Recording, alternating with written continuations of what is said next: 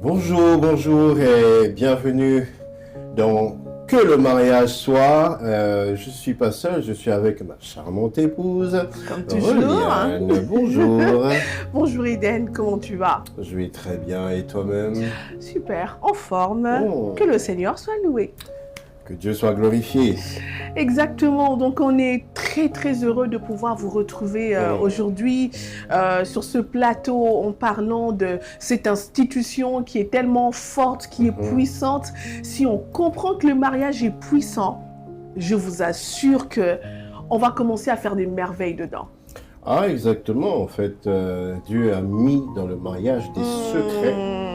Et ces secrets, lorsque vous les reconnaissez et vous les pratiquez, alors là, c'est le bonheur, non pas seulement pour vous, mais pour toute la communauté. Exactement. Vraiment, Eden, quand on revient même dans le livre de Genèse, quand le Seigneur donne la mission à l'homme, quand il dit de dominer, assujettissez, je pense que quand il a dit tout ça, il s'est dit, mais tiens, pour arriver à atteindre cette mission, à réaliser cette mission, à réaliser, je veux même dire, à mettre en pratique ce commandement, il fallait absolument qu'il y ait un être qui soit une aide.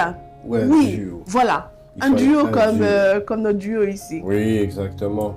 Parce que les deux qui ont des forces différentes se complémentent pour pouvoir atteindre la mission de Dieu. Exactement. Voilà. Et donc, voilà, nous espérons que chez vous, vous apprenez énormément de choses en vivant à deux, dans votre mariage, dans votre couple, mais aussi en regardant cette émission et en regardant toutes ces personnes que le Seigneur inspire. Parce qu'aujourd'hui, on va le dire, beaucoup de gens sont inspirés. Le Seigneur passe par énormément de personnes pour parler du mariage, pour faire en sorte que les couples ne vivent pas dans l'ignorance, mais qu'ils arrivent à réaliser leur destinée. Et c'est tout le bonheur que le Seigneur a donné comme cadeau aux humains. Exactement. Tous ces modèles qu'il est en train de susciter pour montrer la beauté de son œuvre. Quand Dieu a créé, il a dit que ceci était bon et Dieu vit que cela était bon. Et le mariage, je crois que Dieu aussi a vu que cela était bon. Très bon même. Alors aujourd'hui, dans le plateau de Que le mariage soit, de quoi sera-t-il question aujourd'hui? Alors, aujourd'hui, on a toujours raconté les histoires d'autres personnes. Aujourd'hui, on raconte notre propre témoignage. Intéressant. Notre propre témoignage, pourquoi on vous le raconte? Parce qu'on sait que vous allez en tirer beaucoup de bénéfices. Le Seigneur nous a visités d'une autre manière. Et donc, on veut vous raconter cette histoire. Et ensemble, on va se tirer un peu, voilà, des leçons de vie, voilà, de ce que nous avons été. Exactement. Voilà. Est-ce qu'on est prêt? Tout le monde est prêt pour l'histoire? Allons-y. Et c'est parti. Alors, au mois de mai 2025, moi, Reliane, voilà, moi, Reliane, et donc je devais aller donc, en Europe, à Londres, pour une mission de service. Alors, ce qui rendait ce voyage un peu intriguant, parce que c'était vraiment intriguant, Eden et moi nous étions intrigués bien plus tôt, parce qu'il y a 10 ans, j'étais déjà à Londres, je suis partie à Londres, et là-bas j'ai connu un grave accident qui avait vraiment abîmé tout mon visage. Le visage était abîmé, j'avais des lèvres coupées, j'avais le visage brûlé par ici. Quelquefois, il y a des taches aussi, les gens me demandent, mais c'est quoi ça? Je dis toujours, bon voilà, ça ce sont les signes de l'amour de Dieu, n'est-ce pas? Je l'avais dit même à Eden, Eden, tu veux m'épouser? J'ai les traces de l'amour de Dieu sur mon corps. Et il m'a dit, voilà, il m'a dit, mais moi aussi je veux ces traces. Pour dire en fait que je m'en suis sortie avec des bobos, mais miraculeusement, le Seigneur avait réparé mon visage en moins de jours que vraiment c'était miraculeux. Donc il avait réparé mon visage très vite. J'avais même raconté le témoignage dans les réseaux sociaux ce témoignage avait vraiment béni beaucoup de gens. Alors, 10 ans après, je repars à Londres. J'ai trouvé que c'était la ligne de temps, 10 ans, c'était comme une porte. Et donc, on a préparé ce voyage dans la prière. On a prié avec Eden, voilà, comme toujours, on est dans les déclarations, on est dans la Sainte Seine, on est dans les... Vraiment, on a prié, on a préparé ça avec le Seigneur. Et finalement, j'étais partie. La consigne, c'était que tu n'es pas, donc là, de là où je devais avoir ma conférence, je n'étais pas logée très loin, juste en face. Donc, j'étais tout le temps à l'hôtel, je n'étais pas trop en train de sortir. Donc, c'était vraiment pour que j'arrive à mettre à la fois la prière, mais aussi ne pas m'exposer, parce qu'on sentait la menace. Je ne vais pas dire en fait non plus entrer dans les détails de ce que j'ai vu parce que j'ai eu une visitation de Dieu dans ce voyage, mais je vais vraiment vous raconter en fait ce qui est arrivé ensuite parce que jusqu'au jour du retour, tout allait bien. J'ai même fait une vidéo, c'est une vidéo bien sûr de conseils, j'ai fait une vidéo et voilà. Je sais que je quitte Londres, ça va, mais ce jour-là, en quittant Londres, je suis allée manger dans une famille. Et en mangeant, je prends de l'eau, je sens que l'eau m'échappe par ici. Je me dis, oh, c'est quoi cette histoire? Pourquoi? Mais après, je me suis dit, ça arrive. Donc, je prends l'avion dans la soirée, j'arrive j'arrive à Addis Abeba, et puis, paf, et puis je reprends encore un autre avion, et puis j'arrive le lendemain, à Kinshasa. J'arrive, je me sentais pas très bien, j'avais beaucoup travaillé, ça c'est une chose, et puis je dis à Eden, ok, qu'on aille un peu se reposer ailleurs qu'à la maison, donc on est parti le lendemain. Le lendemain, j'essaye de me maquiller, je sens que mon œil commence à larmoyer. L'œil commence à larmoyer. Je me suis dit, oh, c'est quoi cette histoire? Bon, peut-être que je ne me suis pas bien reposée, je vais essayer de dormir. Donc, le lundi, parce que je suis rentrée samedi, dimanche, on s'est reposé, j'ai remarqué que ça larmoyait. Puis le lundi, le lundi, je vais quand même au travail, je sais que tout va bien, mais je sens que mes lèvres ont du mal à se toucher. Je me dis, c'est sûrement ce que j'ai mangé dans l'avion, sûrement ce que j'ai mangé là-bas. Peut-être que je n'ai pas supporté, c'est une allergie. Et je vais à l'hôpital. À l'hôpital, on regarde, on me dit, oui, c'est une allergie. On commence à me perfuser, on a commencé à soigner et tout ça. Et puis après, je rentre à la maison. L'œil n'arrêtait pas de larmoyer. Je ne sentais plus cette partie du corps. Le visage commençait à se pencher vers la gauche. J'avais mal à un niveau grave au niveau des oreilles, le cou, mes yeux avaient très mal, j'arrivais même pas à me maquiller un peu. Tu mets la poudre, il suffit seulement que l'œil arrive à percevoir la poudre et puis ça commençait à larmoyer, ça faisait très mal, mais non, mais ça va, c'était dur et compliqué. À l'hôpital, on dit que c'est une allergie, il faut aller voir l'OFTA, il faut aller voir ceci, cela. Donc, je suis allée voir l'OFTA. Et finalement, je discute avec Eden la nuit, il me regarde, me dit, la manière dont tu m'expliques, ça paraît comme une paralysie. Je pense que c'est une paralysie. Oui, c'est une paralysie faciale. Et non, on va interdire ça déjà maintenant. Il commence à prier pour moi. Ça, c'est un peu le fort d'Eden. J'aime beaucoup ce côté-là. Merci beaucoup, chérie. Je t'en prie. Alors, il a commencé à prier pour moi cette nuit-là. Il a prié, il a pris de l'huile d'onction. Il a vraiment prié sur moi et il a déclaré des paroles. Il a refusé ce genre de choses. Et puis, ensuite, je crois qu'on a fait la Sainte Seine parce que c'est un peu le rituel chez nous. Donc, c'est vraiment, on a prié pour ça. Et c'est le lendemain qu'à l'hôpital, on voit réellement que c'est une paralysie, scanner, tout ça. Donc, c'était vraiment, la totale, ça alertait tout le monde. Mais qu'est-ce qui se passe? Les gens pensaient que c'était l'AVC, il fallait écarter justement cette option-là, cette hypothèse. Et puis, on a commencé, donc on a fait des recherches pour voir comment ça allait. Et c'est là où Eden et moi, on est restés calmes et puis on a dit à Dieu, en fait, c'est quoi la leçon qu'on doit en tirer?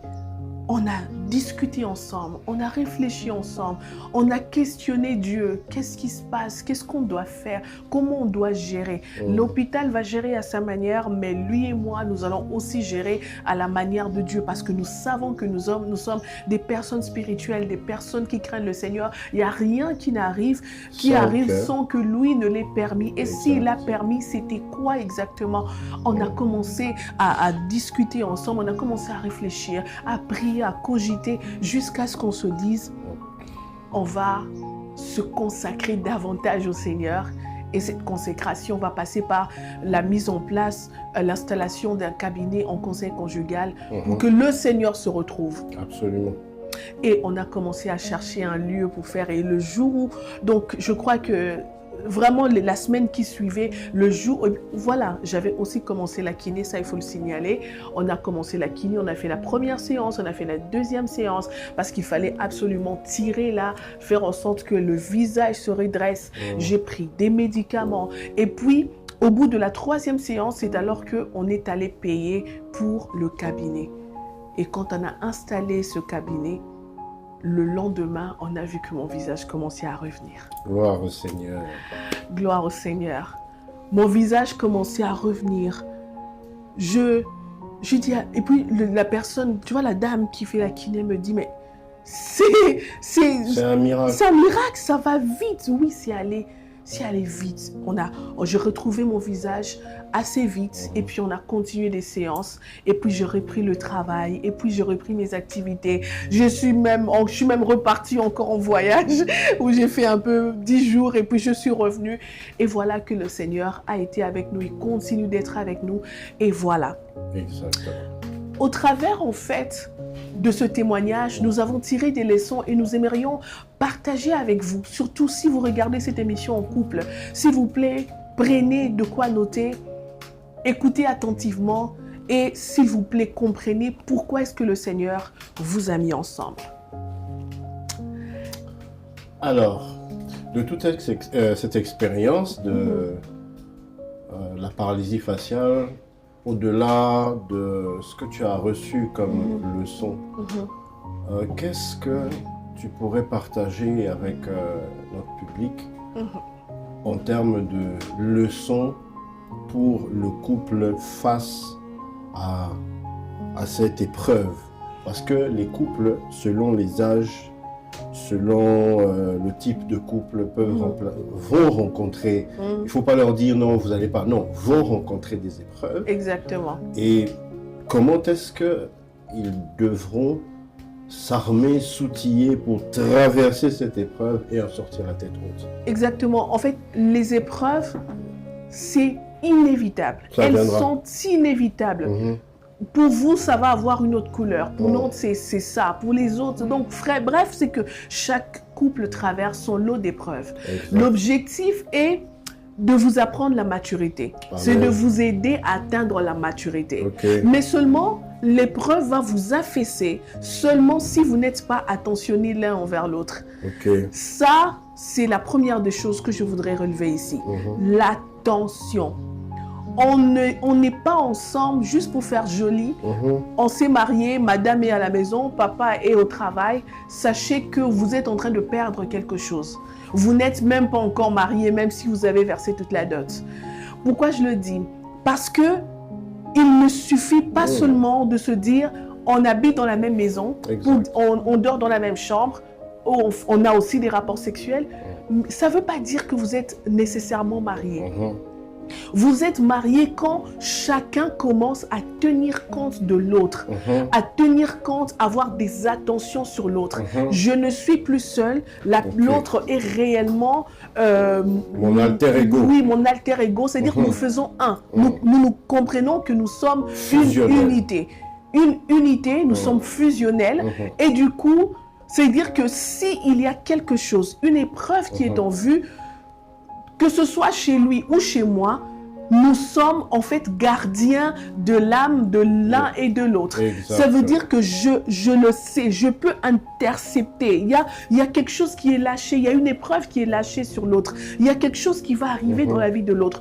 Je peux l'intercepter facilement parce que je suis attentionné, je suis attentif à ce que l'autre a. Je ne laisse pas l'autre se battre seul. C'est ça le mariage. Je ne laisse pas porter la croix seul. Je ne laisse pas porter le fardeau seul. Je sais l'accompagner dans ce qu'il traverse, dans ce qu'elle traverse. Je sais être là. Eden, tu t'imagines que pendant que le docteur était encore en train de voir allergie, tout ça, Eden a été le premier à comprendre que j'avais la paralysie faciale. Et je pense que Eden anticipe quelquefois les maladies que j'ai. Eden, ça, c'est ce qui est un fait que je voudrais vraiment relever. Il anticipe et je me rappelle encore le dimanche où tu m'as dit on va voir le dentiste. J'ai dit non, on va pas. Je te dis, j'appelle, on va voir le dentiste. Il pouvait déjà savoir qu'il y a un problème avec ma dent, alors que moi-même je me dis c'est supportable, c'est ceci, cela. On arrive là-bas, mais tiens, mais qu'est-ce qu'il fallait vraiment enlever cette dent? Et lui, il était le premier à pouvoir comprendre ça. Exactement, c'est important en fait d'être aussi sensible par rapport à... Je me souviens d'une expérience que nous avons eue, toi et moi, avant notre mariage. Oui. Je crois que ça a commencé là. Tu te sentais pas bien. Exactement. Tu m'as dit, tu étais en voyage en fait. Tu m'as dit, écoute, je me sens pas bien, j'ai mal à la tête, j'ai mal à l'œil, ça va pas. Est-ce que tu peux prier pour moi? En effet, j'ai mis ça dans mon cœur, j'ai pris ça à cœur. Et je me suis connecté au Saint-Esprit pour pouvoir d'abord servir Dieu, ensuite apporter au maximum ma disponibilité pour que Dieu puisse agir et te faire du bien. Moi, j'ai vu que j'ai prié. J'ai mis mon cœur, j'ai mis ma foi en Dieu pour toi. C'est ce que j'ai fait. Ça n'a pas duré longtemps, c'était quelques minutes. Amen, amen. Et puis, on s'est dit, bon, ok, au revoir, au revoir. C'était au téléphone. Mais toi, tu es resté, tu as commencé à sentir les effets, et puis le lendemain matin, tu t'es senti? Je me suis sentie bien et je peux dire, quand le couple ne se soutient pas, ils ne savent pas ce qu'ils ratent les deux. Parce que le bonheur, en fait, dans le couple, c'est le fait que, tu vois, je suis bien moi-même, je suis bien, je peux marcher. Mais le bonheur, c'est quand je le tiens et puis on marche ensemble. Exact. Le bonheur, c'est quand on n'est pas en train de marcher, c'est-à-dire quand on est en train de voler, on se dit, je peux marcher plus vite ou marcher moins, il peut rester dehors, aller. Mais quand on se dit, on veut que ce soit au même rythme, que les pieds marchent, droit, ok. On se convient, ok, le pied droit avance au même moment. Voilà. Au même moment. Et puis au même moment. Et ça fait une harmonie, une symbiose. C'est comme une symphonie musicale. Exactement. C'est un peu comme le pasteur, je ne sais pas, le pasteur, monsieur Marcel Mbungu, le chantre, qui dit être né différent et vivre en harmonie. C'est en fait ça le mariage. Et le Seigneur a fait ça comme ça, qu'on arrive à comprendre l'autre, qu'on arrive à être le premier docteur de l'autre, le premier médecin de l'autre. C'est la première sentinelle aussi. La première sentinelle de l'autre. Je veille, je regarde, je sais, et combien de fois je suis en réunion, je partir en réunion, je dis, Eden, c'est une réunion difficile, prie pour moi, et tu vas voir qu'il va prier pour moi. C'est comme si, en fait, il m'accompagnait, j'étais là, et il y a des choses qui auraient pu déranger mon mental, mon moral, mais tu vas voir que, mais tiens, parce qu'il est là, tu as le support qu'il faut, le soutien qu'il faut, et voilà que tu t'en sors facilement. Mais ma chérie, tu sais, c'est exactement des choses qui arrivent, tu vois. Et pour te compléter, je dirais que les hommes doivent s'éveiller pour comprendre leur rôle dans la vie de leurs épouses et de leurs enfants. Parce que j'ai pas appris ça à l'école. Je n'ai pas vu faire ça peut-être chez beaucoup de gens, tu vois, dans mon parcours. Mais j'ai eu à apprendre auprès du Seigneur, au travers de certaines prédications, de certaines lectures. Dieu m'a fait grâce. J'ai assisté à des réunions de grands jeunes où on parlait des rôles de l'homme dans le mariage. Et je crois que, étant logé à l'intérieur de moi, à un moment donné, ça commençait à sortir un à un pour que je puisse le pratiquer au premier degré. Et comme la Bible dit, sentinelle, que dis-tu de la nuit? Il faudrait, je crois, que ce soit l'homme et la femme, être sentinelle dans la dimension prophétique. C'est-à-dire, tu vois en avance, parce que dans les anciennes villes, il y avait des tours et les sentinelles pouvaient voir au loin, sur l'horizon, qu'est-ce qui se passait. Est-ce qu'un ennemi était en train de venir? Est-ce qu'il y avait des voyageurs qui viennent d'ailleurs, qui vont passer dans la ville. Donc, il donnait toutes les informations. Il était bien informé. Et je crois que cette dimension prophétique, je ne dis pas qu'on est prophète, mais être connecté à Dieu pour avoir des révélations. La Bible dit qu'un peuple sans révélation est un peuple sans frein. Donc, avoir une révélation du Seigneur, même pas audible, mais ne fût-ce que comment je peux dire, des informations que Dieu te donne et que tu sais que c'est ça. Et que ça te permet d'agir de manière bienveillante envers ton conjoint pour dire, ça je sens qu'il ne faut pas faire ça. Ça je sens qu'il faudrait plutôt qu'on prie d'abord comme ça. Tu vas traverser l'épreuve, tu vas à cette réunion difficile, tu vas à ce voyage, dans ce voyage où il y aura ce qui va se passer, mais Dieu va te soutenir, Dieu va te protéger. Je me souviens encore d'une très belle expérience, c'était en 2020. En 2020, lors du Covid. On va vous raconter beaucoup d'histoires comme ça. Je partais pour un voyage d'affaires. J'avais pris un congé là où je travaillais. Alors, dans le cadre de mes affaires. Je pense que ça, tu vas raconter ça à la deuxième partie. Oui. Tu racontes ça à la deuxième partie. On en fait une émission carrément. Non, c'est juste pour dire que toutes les symbioses que l'on fait par rapport à notre vie commune nous permet en fait de ressentir les choses que l'autre ressent. Exactement. Des fois avant même qu'elle n'ait ressenti ça. Tu vois, c'est ça la vraie unité.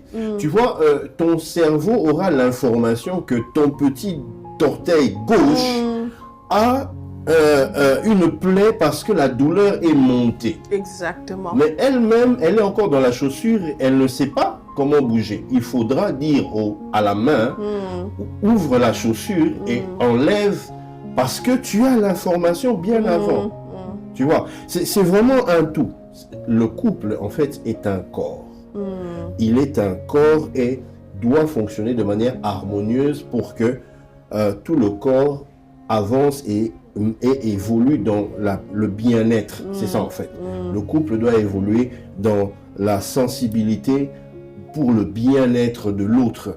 C'est ça, aimer l'autre comme son propre corps. Voilà, aimer l'autre comme son propre corps.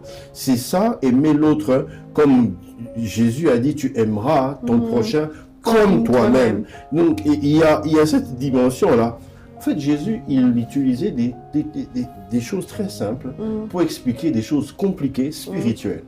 Si tu peux comprendre que c'est simple, je m'aime moi-même, donc je dois aimer ma femme, je dois aimer mon mari en faisant attention à lui ou à elle dans des petites choses. C'est dans des petites choses qu'on peut voir la différence. Et c'est dans des petites choses qu'on peut savoir que c'est vraiment sa femme. Il dit non, tu sors pas comme ça. Moi, je voudrais que tu t'habilles plutôt comme ça. Et quand le mari sort, il a même les applaudissements, les félicitations. Ah, tu es bien habillé. Il se rend compte que ce n'est pas lui, c'est sa femme qui a fait en sorte que... Et là, ça lui fait du bien. Ça le remplit d'une certaine satisfaction. Il dit, ah, je ne suis pas seul. Il y a quelqu'un qui veille sur moi. Même s'il lui a fait pas envie de s'habiller comme ça. C'est en fait cette cohésion. Parce que lorsque tu vas dehors, tu représentes ta femme. Lorsque tu vas au travail, à ton activité, tu représentes ton mari. Et on comprend qui est avec toi en fonction de ce que tu exprimes, de ce que tu manifestes au dehors. On sait savoir que cette personne est beaucoup plus influencée par tel genre de personne ou par tel autre. Alors, c'est ça en fait la cohésion. C'est ça que Dieu en fait a donné comme vraiment canevas en disant l'homme quittera son père et sa mère et il s'attachera à sa femme et les deux formeront une seule chair. Et une seule chair, c'est dans la pensée, une seule chair, c'est dans la façon d'être, une seule chair, c'est aussi dans la façon de marcher ensemble, d'évoluer ensemble.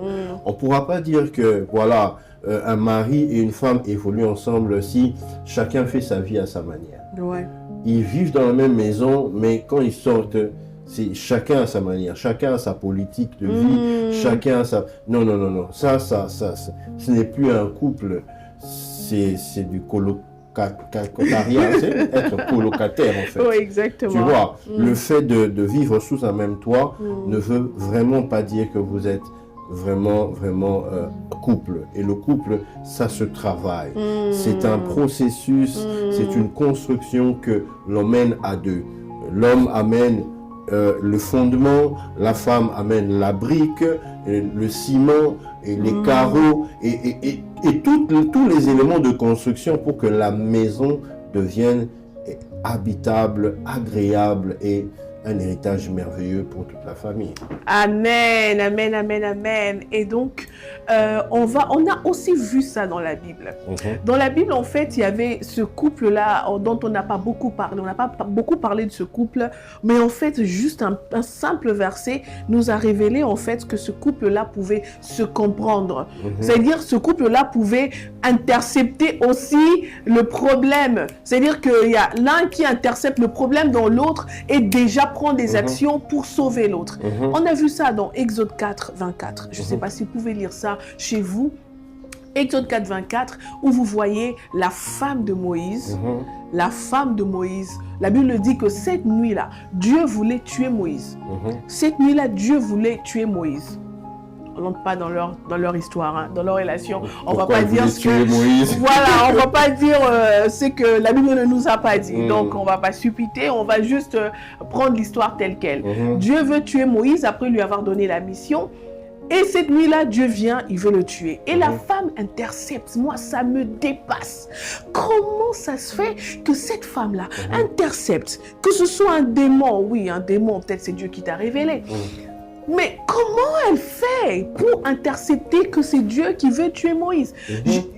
En tout cas, moi, ça me dépasse jusqu'aujourd'hui. Je me dis, il faut que moi aussi, et c'est la nuit on dort.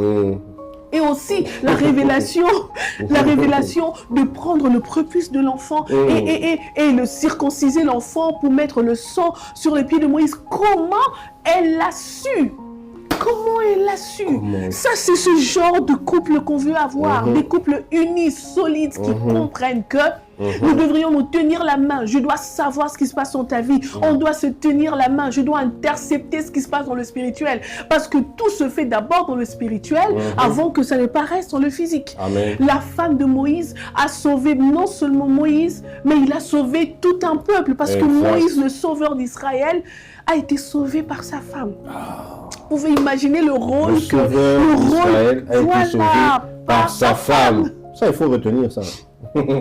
Mais comment, en fait, comment ça arrive? Ça veut dire qu'on comprend que même le choix de la femme, ça avait été fait. Ça devait être décidé dans le spirituel parce que tu ne vas pas épouser n'importe qui. Moïse, tu vas mourir. Elle a épousé la fille d'un prêtre de Madian. Ça veut dire que Moïse, tu épouses n'importe qui. La femme qui ne comprend pas, qui a déjà fait son make-up la nuit ou sinon il a fait ses soins de visage. Je ne suis pas en train de critiquer, hein. C'est-à-dire il a déjà fait son masque la nuit, c'est sa vie. Donc bref, ne viens pas avec tes histoires de prière la nuit, ne viens pas avec tes histoires, chérie j'ai vu, donc ne viens pas. Quand tu épouses une femme comme ça, sache que il n'y a rien qu'elle va intercepter. Non. On est d'accord. Non, attends. Elle n'intercepte rien. Elle ne regarde que ça, l'entretien de sa beauté et comment elle va sortir le lendemain. Je te dis, si tu épouses une femme qui ne prie pas, qui ne comprend pas le monde spirituel, dans ce monde-ci qui est pourri et gâté, si tu épouses une femme qui est toujours en train, tu vois, toujours dans des légèretés, dans des sorties inutiles, la nuit, elle a plutôt besoin que vous alliez en boîte de nuit, on n'a rien contre ça. Bon, bref, ça c'est à vous, au couple, de voir, hein. On n'impose jamais rien, mais écoutez, si cette nuit-là, ça vous trouve un lieu où vous ne pouvez pas prier, vous ne pouvez rien faire, vous imaginez ce qu'on aurait eu comme Israël aujourd'hui? Tu imagines que Moïse étant en boîte de nuit ce soir-là, à leur manière quoi, hein, en train de danser, de boire un peu le vin, et Dieu décide de venir le tuer. Je suis sûr qu'il aurait eu l'opportunité d'être sauvé comme il a été sauvé cette fois-là par Séphora. Vous imaginez?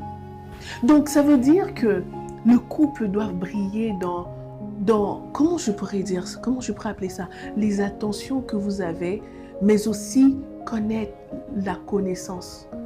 Ça, c'est la deuxième chose. Il y a les attentions. Ceux qui connaîtront, ceux du peuple qui connaîtront leur Dieu, agiront avec fermeté. La connaissance. vous imaginez, vous pouvez avoir intercepté quelque chose. Mais si vous ne savez pas comment on vainc ça, vous êtes foutu.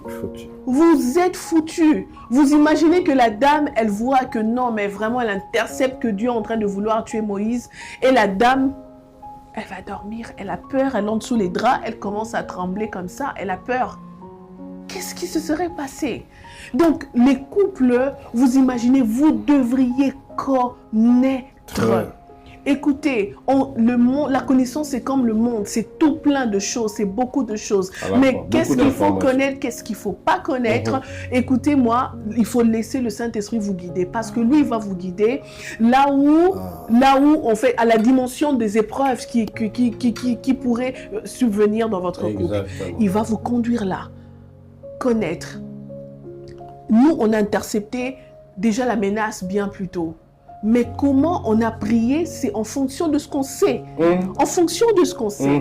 Eden, il a son sacerdoce que j'aime bien et il a toujours des choses. On va prier comme ceci, on va prier comme cela. À la foi, la connaissance. Et il en a toujours avec ta manière à toi ok, pour ça, on va prier comme ça. Non, laisse-moi faire. Ça, c'est comme ça qu'on doit prier. Non, c'est comme ça qu'on doit prier. Papa, prions. Je te suis parce que je sais qu'il connaît. Je sais qu'il a appris, il a été attentif à l'apprentissage et il ne veut pas s'arrêter d'apprendre. Il veut continuer dans l'apprentissage de comment on fait pour arriver à prendre soin de sa maison. Et le Saint-Esprit le conduit à la dimension des épreuves que nous pourrons rencontrer. Rappelons-nous, la Bible dit qu'aucune épreuve qui ne va surpasser vos forces. Vos forces. Il ne vous donnera pas une épreuve qui surpassera vos forces. Exactement. Et donc, c'est ça, on voulait vraiment marteler là-dessus. Première des choses, comprendre déjà l'unité. Comprendre l'unité, c'est que pourquoi est-ce que je me suis mariée? Tu t'es pas mariée pour garder une femme à la maison qui te fasse à manger simplement. Tu ne t'es pas mariée pour juste, ok, maintenant là je me suis mariée, j'assouvis mes désirs sexuels. C'est pas toujours pour ça, même si ça fait partie de la liste des choses pour laquelle on se marie, mais c'est pas toujours pour ça. Je me suis mariée parce que je dois composer l'unité. Et comment je sais que j'ai composé l'unité avec l'autre? Quand je sais ce qui se passe dans sa vie. Quand je sais anticiper ce qui peut arriver dans sa vie, quand je le regarde, je sais que la faiblesse est là, et moi je dois être sa force. Amen. Écoutez, c'est ça le mariage aussi. Le mariage, personne ne doit rester seul dans le mariage. Je suis mariée, mais j'ai l'impression d'être seule. Non, le mariage, c'est là où tu vois tes faiblesses trouvent leur force chez l'autre. Un renforcement de capacité. Exactement. Et c'est ça le mariage. Et c'est ça que nous vous recommandons chez vous. Exactement. Je pense que nous avons fait le tour de la question, mais je sais aussi que les choses, la façon dont tu as expliqué, vont dans ce sens-là.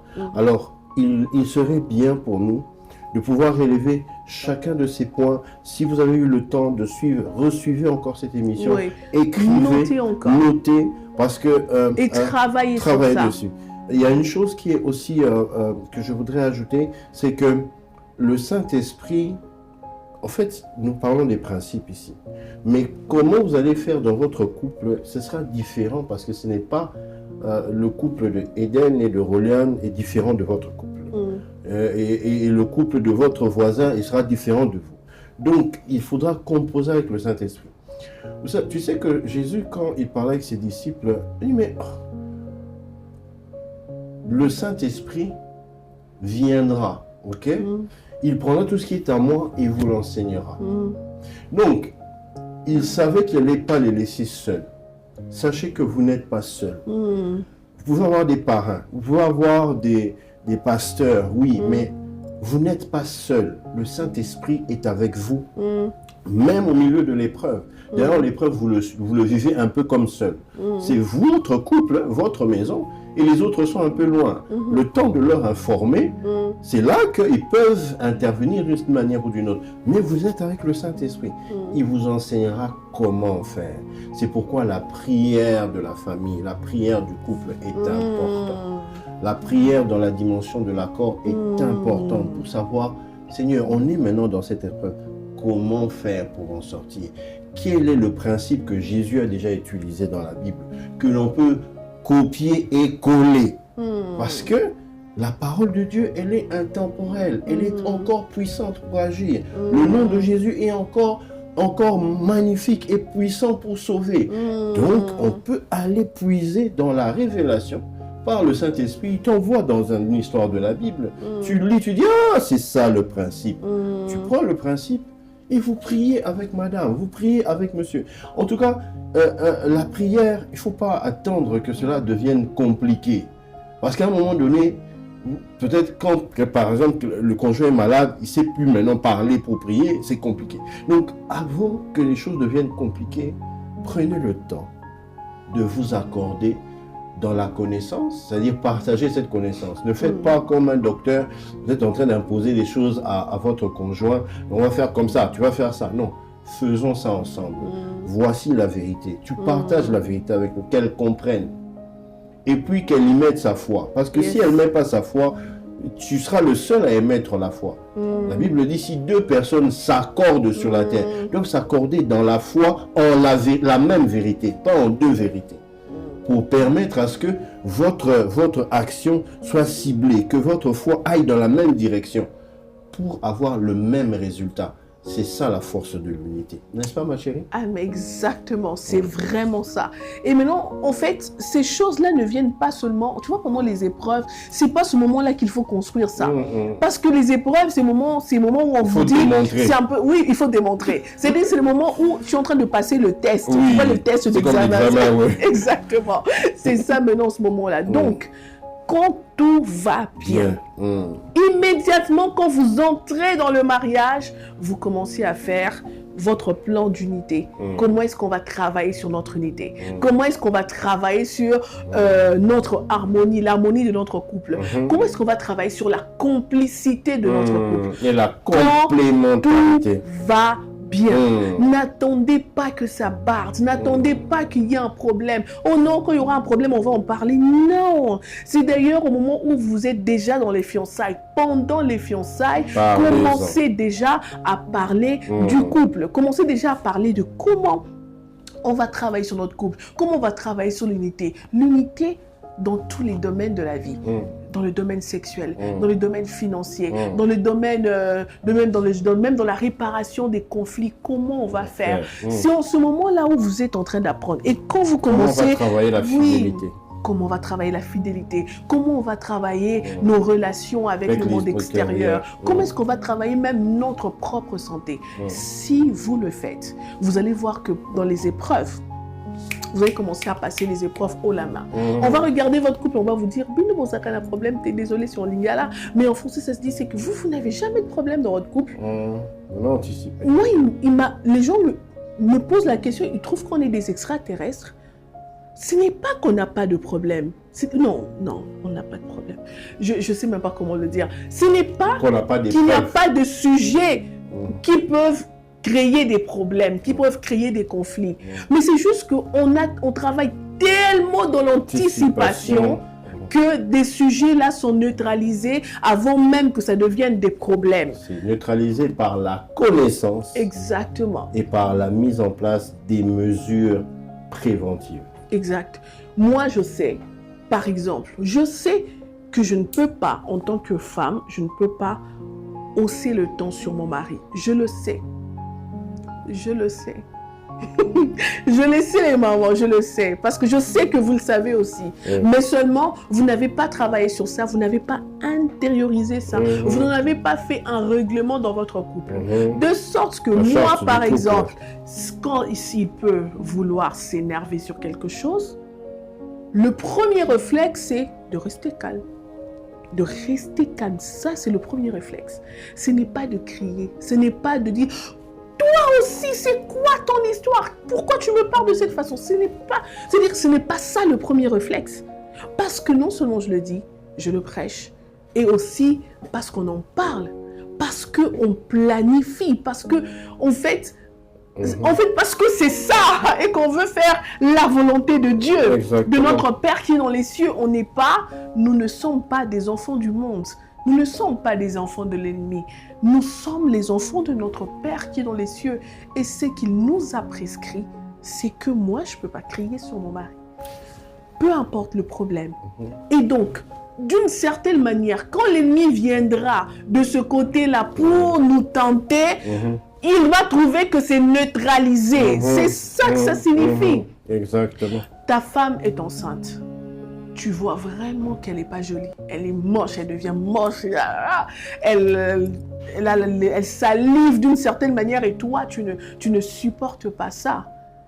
Mon cher, tu sais pourquoi tu ne supportes pas ça?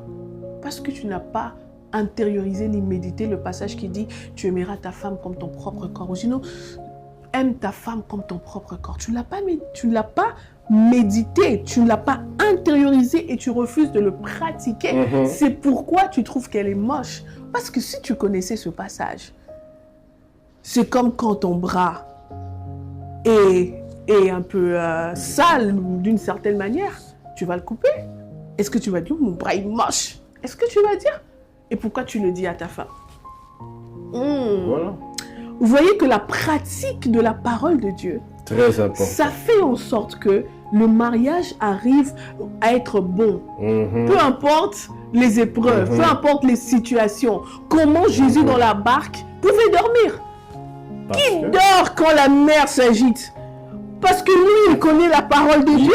Il connaît, il pratique. Il pratiquait. Comme il a dit à ses disciples, ne vous bornez pas à l'écouter seulement. Mettez-la en pratique. C'est ça qui fait la différence. On dit, mais comment ça se fait que le maître, quand lui, il prie, il y a toujours des résultats. Il dit, maître, apprends-nous à prier. Ils ont compris qu'il y a une manière de faire qui donne des résultats. C'est-à-dire que tu connais la parole, mais il y a une manière de faire cette parole-là. Ne vous bornez pas à l'écouter seulement, c'est les apôtres en fait. Nous sommes avec les apôtres. Donc tu vois, et ne vous bornez pas seulement. Je crois qu'il y a cette façon d'écouter la parole en disant Amen, mais il y a aussi cette façon de vivre la parole en manifestant la parole, le Amen dans nos actes.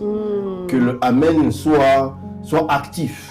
Je crois même qu'on dirait donnez-moi un Amen actif. Oui, parce que cet Amen-là, c'est pour dire la parole de Dieu en toi. Oui, Amen veut dire qu'il en soit ainsi. Mais qu'il en soit ainsi dans les actes, dans la façon de faire.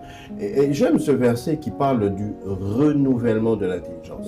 Je crois que le faire, c'est en fonction de la mentalité et de l'intelligence qu'on a sur une chose, sur un concept, sur une façon de faire les choses. Alors, lorsque l'on rencontre Dieu et qu'on s'est bien marié, on demande, et ça c'est un travail à faire tout le temps, à demander à Dieu, transforme mon cœur. Si je suis encore faible de ce côté-là, je n'arrive pas à prendre soin de ma femme, transforme-moi par le renouvellement de l'intelligence, afin que mon attention aille sur elle, que je puisse pratiquer ce verset de tu aimeras ton prochain comme toi-même et aime ta femme comme ton propre corps.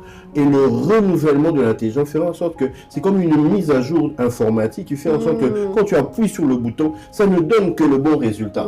Ça ne va pas donner un ancien résultat parce que c'est un nouveau programme. Mais ce nouveau programme de ta parole à l'intérieur de mes pensées, de ma conscience, de mon subconscient et même de mes réflexes. Tu as dit tout à l'heure, le premier réflexe, c'est de rester calme. Mais ce réflexe-là arrive comment? Par un nouveau programme que le Saint-Esprit écrit à l'intérieur de notre esprit. Il a écrit un nouveau programme et ce programme fait en sorte que nous arrivons à nous comporter de la bonne manière avec ton épouse, avec ton époux, et c'est le bonheur assuré. Oh, quel bonheur de partager ce moment. J'ai l'impression que le temps passe vite. Comment on a fait pour que le temps passe aussi vite, Chris? On est déjà arrivé à la fin de l'émission. Écoutez, il y a encore beaucoup de choses à dire. Il y a encore beaucoup de choses à dire, mais on va faire une deuxième émission. Je crois qu'on va parler. Oui, on va parler encore de ce sujet. On va revenir. Cette fois-ci, c'est toi qui raconte le témoignage. Ok, super. C'est toi qui raconte le témoignage. Alors, merci à vous tous de suivre Que le mariage soit. Écoutez, je vous remercie beaucoup. Posez des questions. Cherchez à vous faire aider. Cherchez à vous faire aider. Quand tout ne va pas bien, ne gardez pas ça chez vous. Cherchez à vous faire aider. Cherchez à vous faire aider. Que le Seigneur soit avec votre couple. C'est cela notre prière. Nous vous bénissons là où vous êtes. Les bénédictions sont importantes car elles agissent réellement. Amen. Nous vous bénissons, nous bénissons votre couple, nous bénissons votre famille. Que le mariage soit et toute l'équipe de Metanoia TV vous aime vraiment et veut que réellement vous puissiez rencontrer le Seigneur sur votre parcours. Alors nous allons dire comme chez Famille Accomplie, soyez bénis Et accomplis. Amen. Bye bye.